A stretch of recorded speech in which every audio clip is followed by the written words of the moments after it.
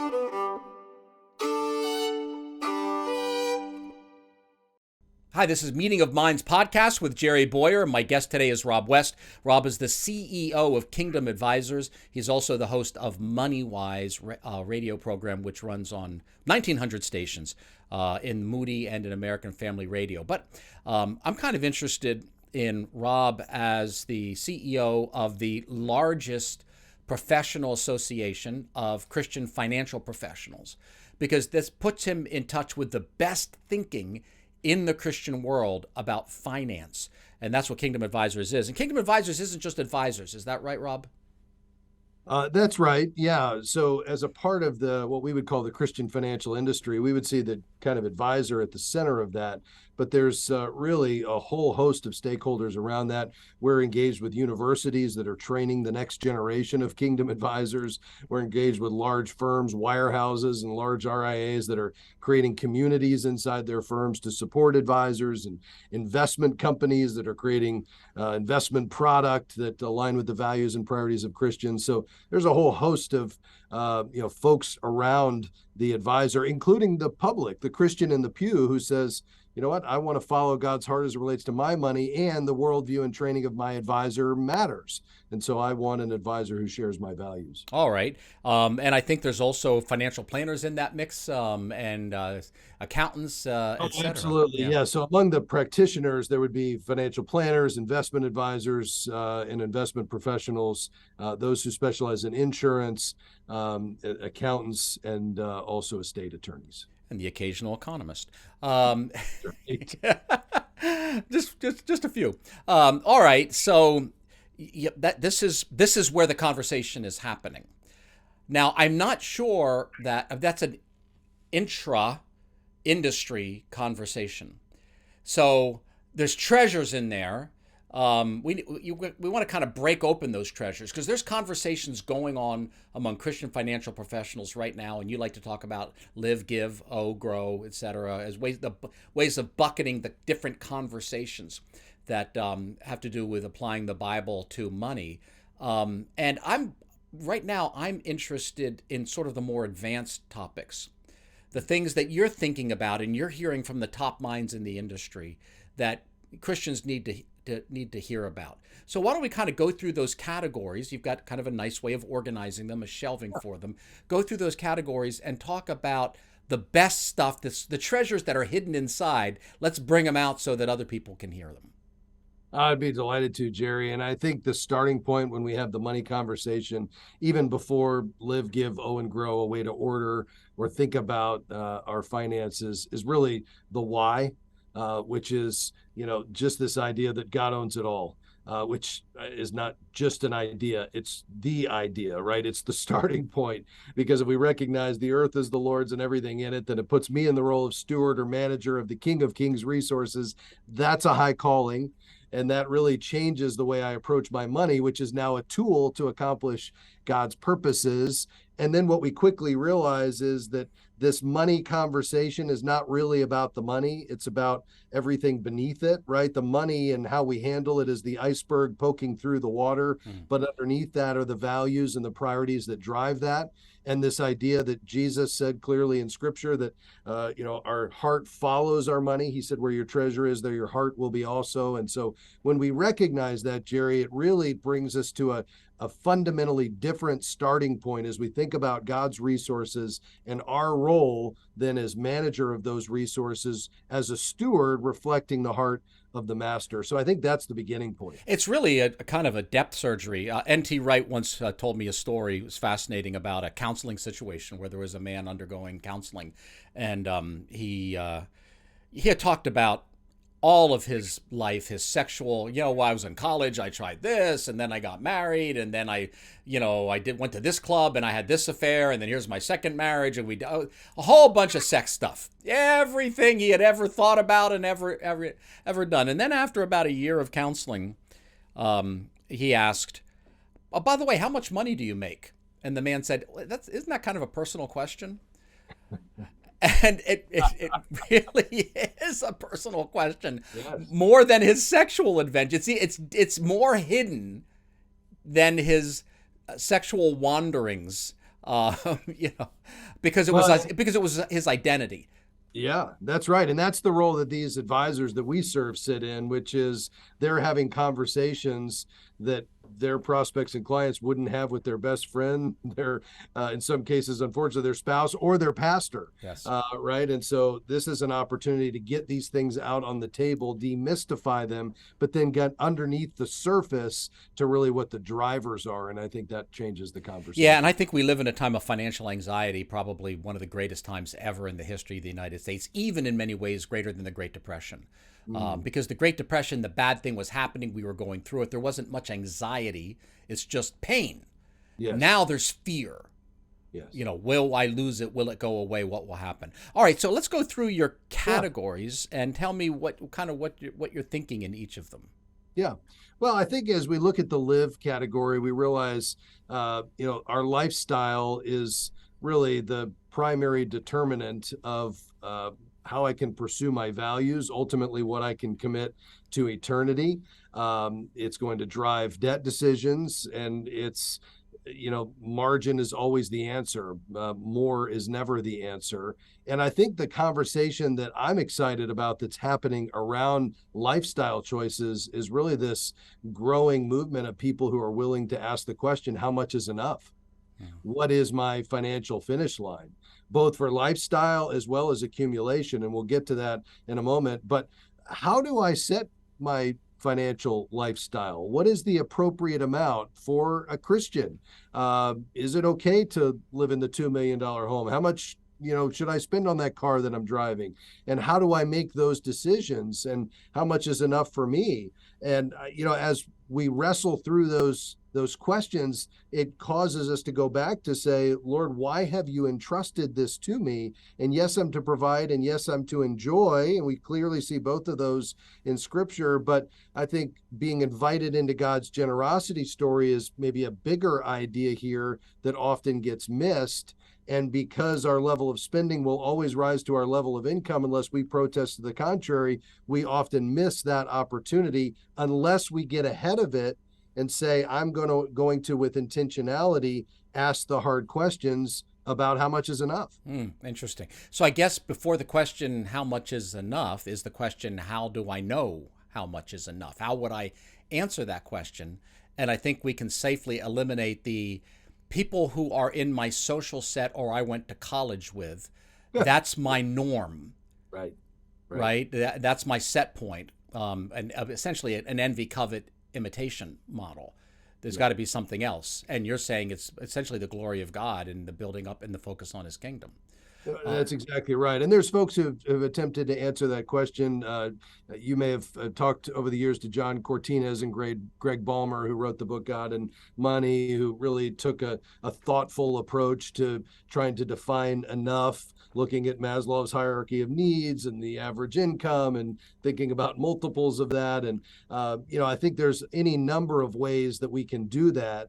But I think ultimately it causes us to go back to our knees and to say, Lord, what have you called me to with what you've entrusted to me? What's the appropriate lifestyle for me or as a married couple for us? What is it you're doing in our lives? Let's not allow the culture to define us, but let's pursue your best with what you've given us. And now we want to come to that decision after much prayer and thoughtful Right. planning and then live and orient our lives in that way. And this isn't an easy question. We just had an article run in Christian Post by my friend Mark Horn, who wrote a great commentary on Proverbs, and he's asking, can I buy my kids braces Mm. when there's poor people, poor Christians in the world? And he's wrestling with it, and Yeah. that's good that he's wrestling with that, right? Yes. I don't have an answer. I'm not going to say what the right answer is, but if we're not asking that question, I don't think we're thinking deeply about Christian or biblical finance. If we're just assuming middle class lifestyle is a gimme, the poor get the leftovers, then I think we're really not properly aligned. I think that's right. And I think we need to be careful of slipping in to the tendency toward greed that happens here. You and I have talked about before this idea that we tend to redeem greed or attempt to in the name of the American dream. And if we allow the culture to define what the appropriate lifestyle is, we're going to slip into that tendency. And Mm. that's why pastor and author Dr. Tim Keller says he's had every sin in the world confessed in his office save one, and that was greed. And it's because it's one that we often fail to identify or recognize in our lives. Yeah.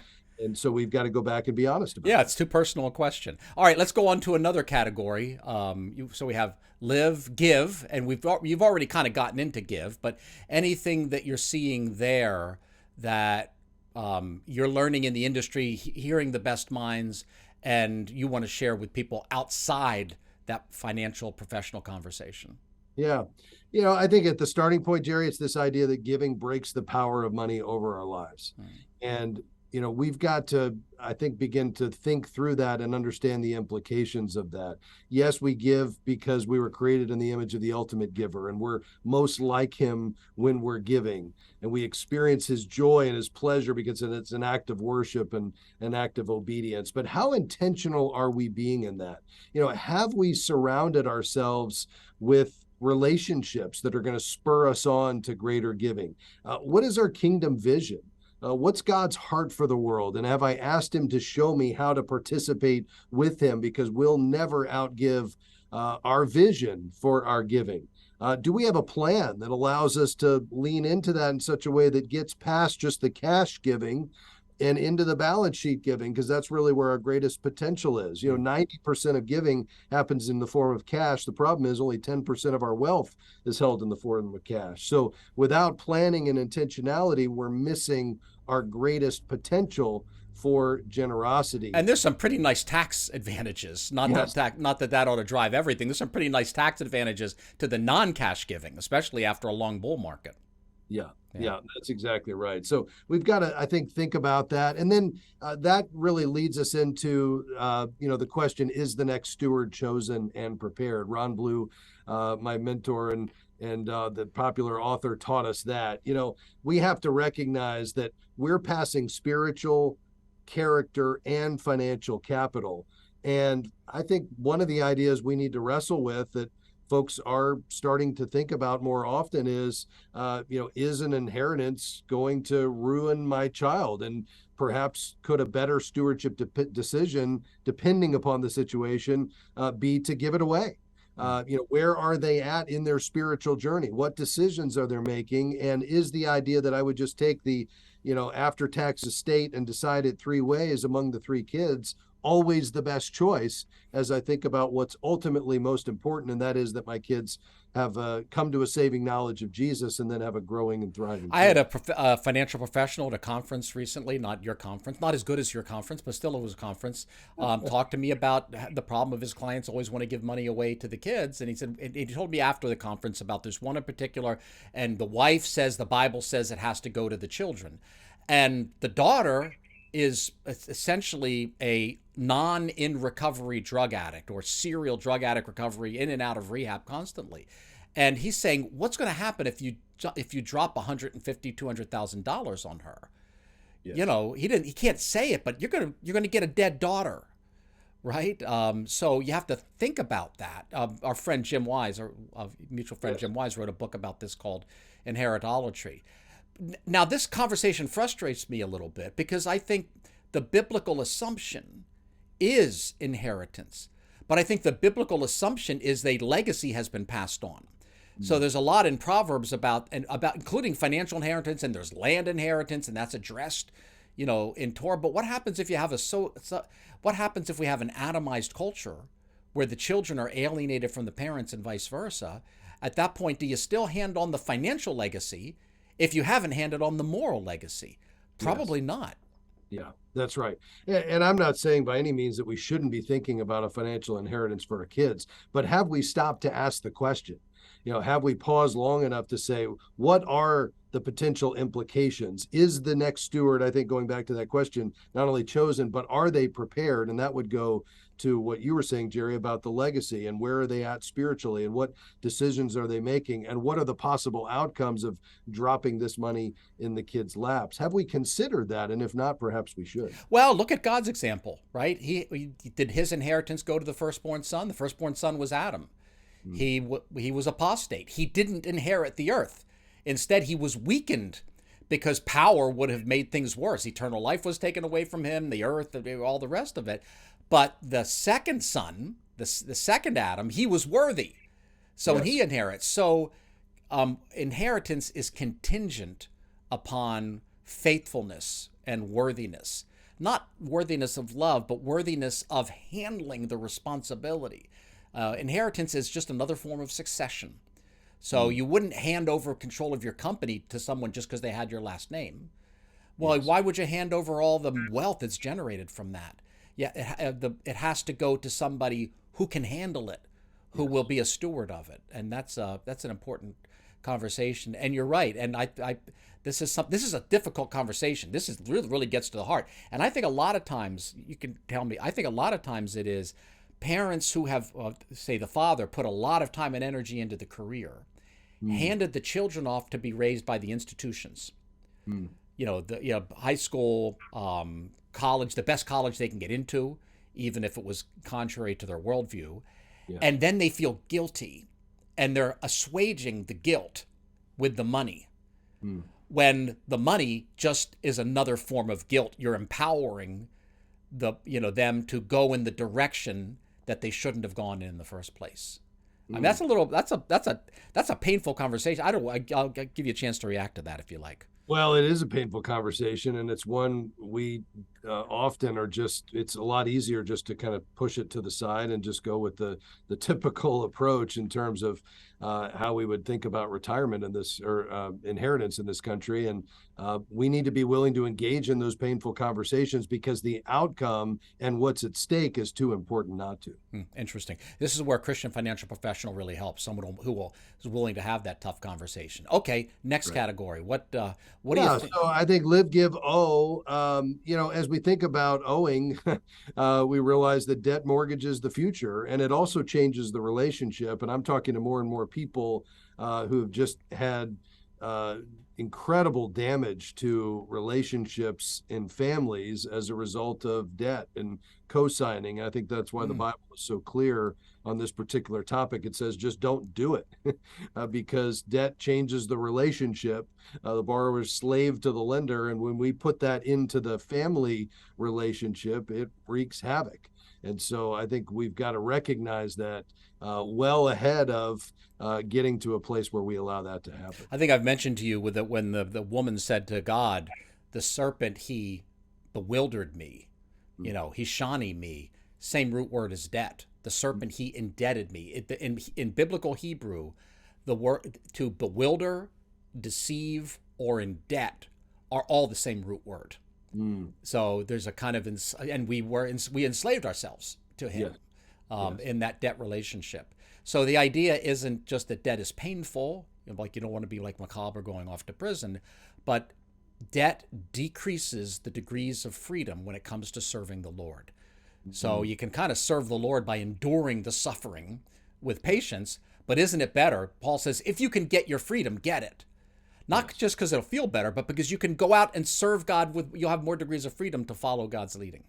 Yeah, that's exactly right. Because if something is going to not to deny us the opportunity to follow the leading of the Lord, it's most often in our culture going to be that we're enslaved to debt, and so we have a loss of freedom because we have an obligation, and we're frankly presuming upon the future, whether we're a family borrowing or a nation borrowing, we're presuming upon the future. And just a little aside here, I know that Christians think that there really isn't a lot of biblical material about debt. Jesus is speaking about debt a lot. I talk about this in my book, actually warning about the accumulation of debt by Israel, national debt by Israel, non-forgiveness of debt. And debt is what ends up triggering the revolt, which destroys the nation.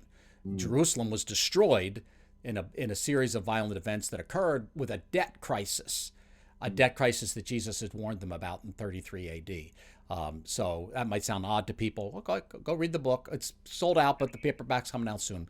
And there's a detailed case for that. Anyway, back to what Rob West thinks about things. Okay, so another category. Yeah, so live, give, owe, and grow. So how do we think about accumulation in the short term and the long term? And I think, again, this comes back to the question, how much is enough? It's not just the mindless accumulation of wealth, but to what end, and how much is the appropriate amount, and where is that finish line. And then this idea that we need to have financial margin, that really is the key to being able to live successful lives. And unfortunately, we think more is the answer, but really margin is, not more.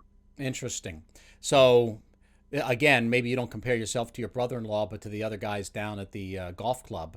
What was my return? What I've seen is one of the things that actually hurts investment decisions the most is when people compare themselves to other people's investment returns, which means they follow what just went up and run away from what just went down. It makes them, even if you want the highest return, covetousness is bad for return. So the fascinating thing about greed is greed makes you poorer. And financially, and obviously emotionally and spiritually. Okay, Rob, anything else you want to leave us with? Maybe something that's not in any of your categories? I mean, there you are every day. You're dealing with ordinary Christians, you're taking calls all the time and offline questions. Many not financially sophisticated. They don't, they're just babies in their financial. And then you're dealing with the top Christian financial minds in the industry. You're talking to guys like Bob Dahl, et cetera, just top of the line thinkers. Where is that leading you? What are you hearing? And maybe there isn't anything yet. Maybe you're still synthesizing. But is there something from that conversation, some point of view that you have that you'd like to share with us before you go? Yeah. Well, I think, as we process this, Jerry, and, often we can make it more complicated than it is. And so I think the big idea that we have to recognize is just the role in which that we sit and the opportunity we have as managers of God's resources to think about the purpose for the money that we have. And I would go to the parable of the rich fool in Luke 12 and just look at this person who said, I'm going to build bigger barns. I'm going to take life easy and enjoy it. And he was called a rich fool. And he said, essentially, your soul will be demanded of you. And this is for those who build endlessly his net worth and is not rich toward God. And I think the question we all have to ask is to step back and say, what does that mean? What does it look like to be rich toward God? What does it look like to handle God's resources in such a way that it's apparent that God is our treasure and not our money? And how might that change how we're making decisions on a day-to-day basis? Because if that is our aim and we're looking toward the eternal, not the temporal, the life that is to come, what changes might we make? And if our money is telling a story about what's most important to us, the way we're handling it, are we happy with that story? Or perhaps are some changes in order? And so I would kind of go back to those fundamental ideas that I think are so often overlooked, Jerry, because when we get that right, at least in terms of our own personal finances, it tends to allow everything else to fall into order. And I would invite, I know a lot of people who listen to this podcast are financial professionals. They might not be involved with Kingdom Advisors. How do they, go about finding out about getting involved? What that would mean? There's membership, there's certification, there's a conference, good conference. You have one or two sketchy speakers at the conference, but that guy Bowyer, a little bit like, where's quality control, in this situation? So how does if they wanted to look into getting involved, because I think a lot of them feel alone. They're in finance, they're Christians. They don't know how to bring those things together. They don't know that there are actually tens of thousands of others, thousands who are members. How do they get to be part of that conversation and tap into that support network? Yeah, we'd be delighted to support them. KingdomAdvisors.com is the easiest place. We believe, Jerry, that your career doesn't have to conflict with your Christian values. So that's why we're really advocating and leading the Christian financial industry, which is this movement of professionals that are really just seeking God's glory and client success. So they're trying to grow their practices and yet not have a disconnect between their faith and their practice, and really bring that in. And we offer a certification programs that really equips them with the biblical knowledge and expertise they need for greater kingdom impact. So these two things can be brought together. And what we often hear when folks engage with Kingdom Advisors is they realize their greatest opportunity for ministry is on the other side of the table, Monday through Friday, and perhaps they've missed it. And so now they're equipped with confidence to bring advice that aligns with the values and priorities of Christians, which gives them a whole new sense of purpose and meaning in their work. Rob West is the CEO of Kingdom Advisors, which is the network of Christian financial professionals, and he is the host of MoneyWise, which is the radio network of Christian finance and Christian financial knowledge for ordinary Christians. Rob, thanks for being with us on Meeting of Minds. Thanks, Jerry. It was my privilege. And ours.